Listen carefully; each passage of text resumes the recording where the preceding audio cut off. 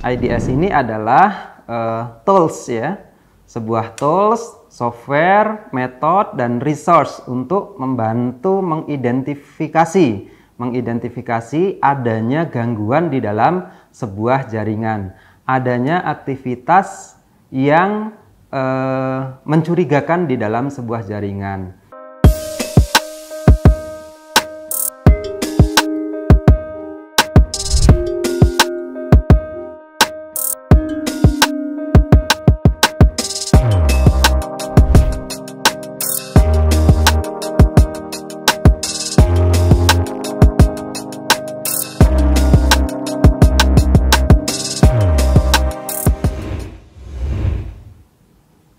Assalamualaikum warahmatullahi wabarakatuh.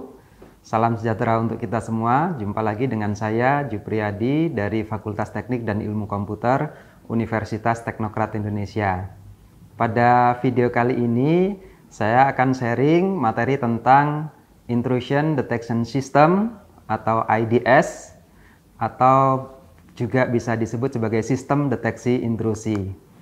Adapun tujuannya adalah yang pertama, kita akan memahami tentang konsep dasar dari IDS itu sendiri, dan yang kedua, kita akan mempelajari bagaimana implementasi IDS menggunakan software Snort. Berikut adalah outline yang akan kita bahas. Jadi yang pertama adalah apa itu IDS, kemudian yang kedua, kenapa IDS ini penting. Kemudian yang ketiga adalah tipe dari IDS. Yang keempat, bagaimana pendekatan untuk mendeteksi atau metode untuk deteksi. Yang kelima adalah bagaimana cara kerja dari IDS itu sendiri. Dan yang terakhir adalah bagaimana implementasi IDS menggunakan Snort. Baik, kita masuk ke yang pertama. Jadi IDS itu apa? Atau Intrusion Detection System, atau kalau dalam bahasa Indonesia sistem deteksi intrusi. Jadi IDS ini adalah tools ya, sebuah tools, software, metode, dan resource untuk membantu mengidentifikasi adanya gangguan di dalam sebuah jaringan, adanya aktivitas yang mencurigakan di dalam sebuah jaringan. Jadi IDS ini bisa melakukan deteksi baik itu dari internal maupun dari eksternal. Apa yang dideteksi? Yang dideteksi adalah aktivitas yang mencurigakan di dalam sebuah jaringan. Nah, saya ambil contoh, bagaimana kita tahu bahwasanya misalnya nih kita punya sebuah server ya, kita memiliki sebuah server. Bagaimana kita tahu bahwa server yang kita miliki itu ada yang melakukan serangan atau tidak, ada yang mencoba merusak atau tidak. Nah, dengan IDS ini, sistem ini akan mendeteksi adanya gangguan di dalam server yang kita miliki. Kemudian, nah, kenapa IDS ini penting ya? Jadi seperti tadi, bahwasanya IDS ini mampu melakukan deteksi terhadap aktivitas yang mencurigakan di dalam sebuah jaringan. Jadi si IDS ini akan tahu ketika ada aktivitas yang mencurigakan, atau dalam hal ini bisa dikatakan sebagai serangan. Ada yang melakukan serangan terhadap sistem ataupun server yang kita miliki. IDS ini akan tahu, akan mampu mendeteksi. Nah, berikutnya setelah dideteksi, IDS ini akan mampu memberikan alert atau notifikasi ya, notifikasi ke administrator jaringan. Jadi penting sekali kalau kita memiliki infrastruktur jaringan ya seperti server dan lain-lain, kita perlu menerapkan sebuah sistem yang mampu mendeteksi adanya gangguan, adanya serangan di dalam sistem jaringan ataupun server yang kita miliki. Nah, kemudian IDS ini ada dua tipe ketika dilihat berdasarkan lokasi ya. Jadi yang pertama ada yang namanya Network Based IDS atau NIDS. Nah, Bagaimana cara kerjanya? Jadi network based IDS ini adalah sebuah sistem deteksi intrusi di mana sistem ini memonitor seluruh traffic jaringan yang ada di dalam jaringan kita atau memonitor seluruh server yang kita miliki. Network based IDS ada satu sistem IDS yang fungsinya untuk memonitor seluruh jaringan ataupun seluruh server yang ada. Nah, ini ketika kita terapkan ya hanya ada satu sistem IDS untuk memonitoring seluruh network atau seluruh traffic di dalam sebuah jaringan, maka tipe ini disebut sebagai network based IDS atau NIDS. Nah, kemudian yang kedua ada namanya host based IDS atau HIDS. Nah, apa bedanya? Kalau tadi seluruh jaringan dimonitor oleh satu sistem, ya, seluruh server hanya ada satu sistem IDS. Kalau di host based IDS ini berbeda. Jadi IDS-nya, sistem deteksi intrusinya itu dipasang di setiap server. Jadi misalnya kalau kita memiliki 5 server, maka untuk host based IDS sistemnya ini diinstal atau dipasang di setiap server yang kita miliki. Nah, kalau yang NIDS tadi kita punya 5 server, cukup satu sistem deteksi intrusi saja yang diinstal. Ya, masing-masing punya kelebihan dan kekurangan. Jadi kalau network based IDS tentunya butuh resource yang besar karena si sistem ini akan memonitor seluruh jaringan. Ya, tapi kalau host based IDS ya karena hanya memonitor satu server ya, host tertentu, maka membutuhkan resource yang lebih kecil.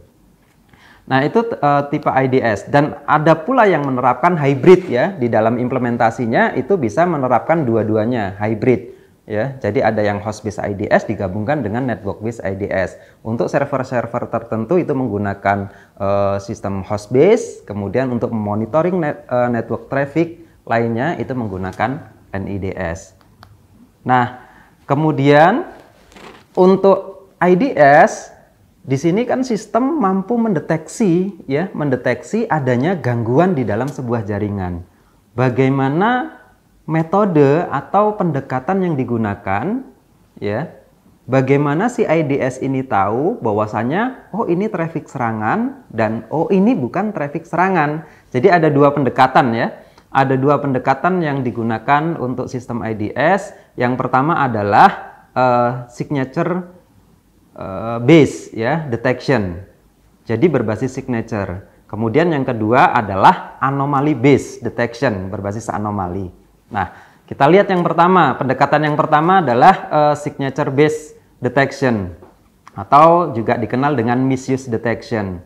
Bagaimana cara kerjanya? Cara kerja IDS untuk menentukan apakah ini serangan atau ini bukan serangan dengan cara membuat database serangan ya, database serangan.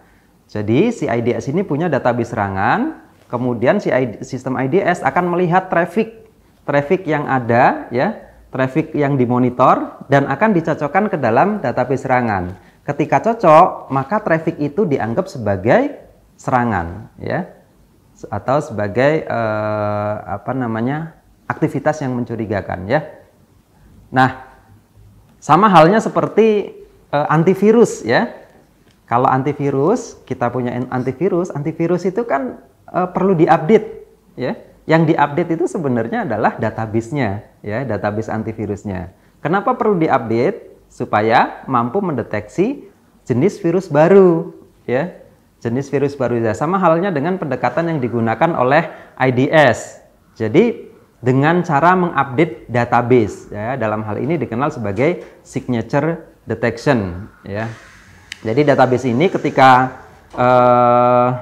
diupdate dia akan menambah pola atau model dari traffic serangan ya. Jadi dicocokkan dengan database yang dimiliki.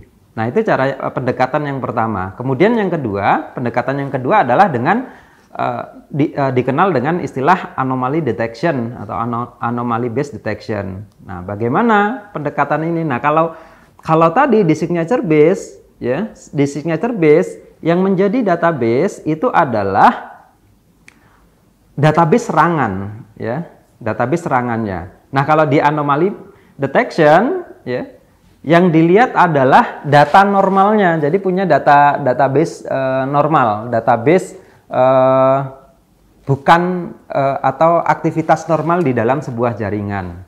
Jadi ketika ada traffic nih, ya, ketika ada traffic dimonitor, kemudian dicocokkan dengan kondisi normal, masuk ke dalam kondisi normal atau tidak. Ketika dicocokkan tidak sesuai, maka akan dianggap sebagai serangan. Nah, itu pendekatan yang kedua, anomaly detection. Nah, mana yang lebih bagus antara pendekatan signature dan anomali? Ya, kita lihat kondisinya. Jadi masing-masing punya kelebihan dan kekurangan, ya. Jadi kalau yang signature based detection, dia memiliki kelebihan adalah kelebihannya mampu mendeteksi dengan tepat, ya. Jadi kalau misalnya ada traffic, kemudian dideteksi menggunakan pendekatan signature base, dia terdeteksi sebagai serangan, maka sudah dipastikan ini adalah serangan, nggak akan salah deteksi gitu ya, karena sudah dicocokkan dan cocok ya sesuai dengan database serangan, tidak akan salah deteksi. Itu yang signature base. Tapi kalau yang anomaly base mungkin terjadi adanya salah deteksi.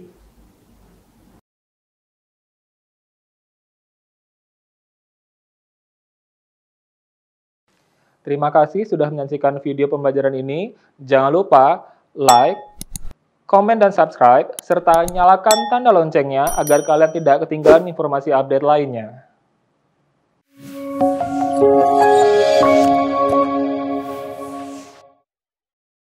Selanjutnya, kita saksikan video Profil Universitas Teknokrat Indonesia.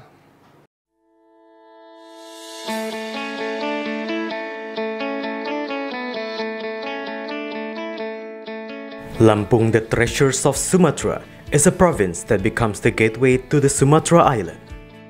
Lampung has 2 municipalities and 13 districts, consisting of 234 sub-districts.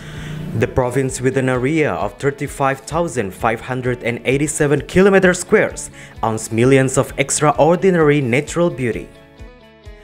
Education in Lampung province is also highly considered and colored by the existence of Universitas Teknokrat Indonesia.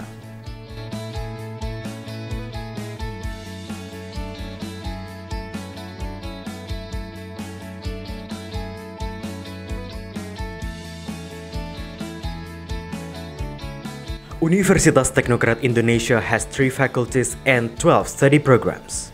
Faculty of Engineering and Computer Sciences with the 6 study programs: Electrical Engineering, Civil Engineering, Computer Engineering, Information Technology, Informatics, and Information System. Faculty of Economics and Business with 2 study programs: Management and Accounting. Faculty of Arts and Educations with 4 study programs: English Literature, Mathematics Education, English Educations, and Physical Education. Universitas Teknokrat Indonesia believes that education is the key to the advancements of a nation. Universitas Teknokrat Indonesia commits to produce and develop future leaders through the education of quality characters. This receives a very good reception and trust from the community, which is marked by an increasing interest in students from year to year. The students and lecturers have lots of achievements and awards. Also, our quality is recognized by National Accreditation Board for Higher Education and many international collaborations. Universitas Teknokrat Indonesia also prepares the students to face the globalization's era through the use of digital technology. Universitas Teknokrat Indonesia has a number of representative facilities provided to support the learning process, such as comfortable classroom, laboratories, information technology, and the internet. Our vision is to be an excellent university in Sumatra with international standard and able to play an active role in nation building through 3 pillars of higher education, comprising education, research, and community service. We have graduated outstanding students who can be accepted in state agencies and other large companies. At Universitas Teknokrat Indonesia, the students and lecturers are encouraged to create and innovate by creating products and services that benefit the community through research activities and community services. In an effort to achieve its visions and missions, the academics of Universitas Teknokrat Indonesia are guided by the organizational culture values of discipline, quality, creative, and innovative. To support the quality of learning processes, we have very complete and sophisticated facilities, including digital-based smart classroom, hotspot in campus area, sport facilities, auditorium, and students' hall. Come and be a part of us, the Campus of Champion, Universitas Teknokrat Indonesia.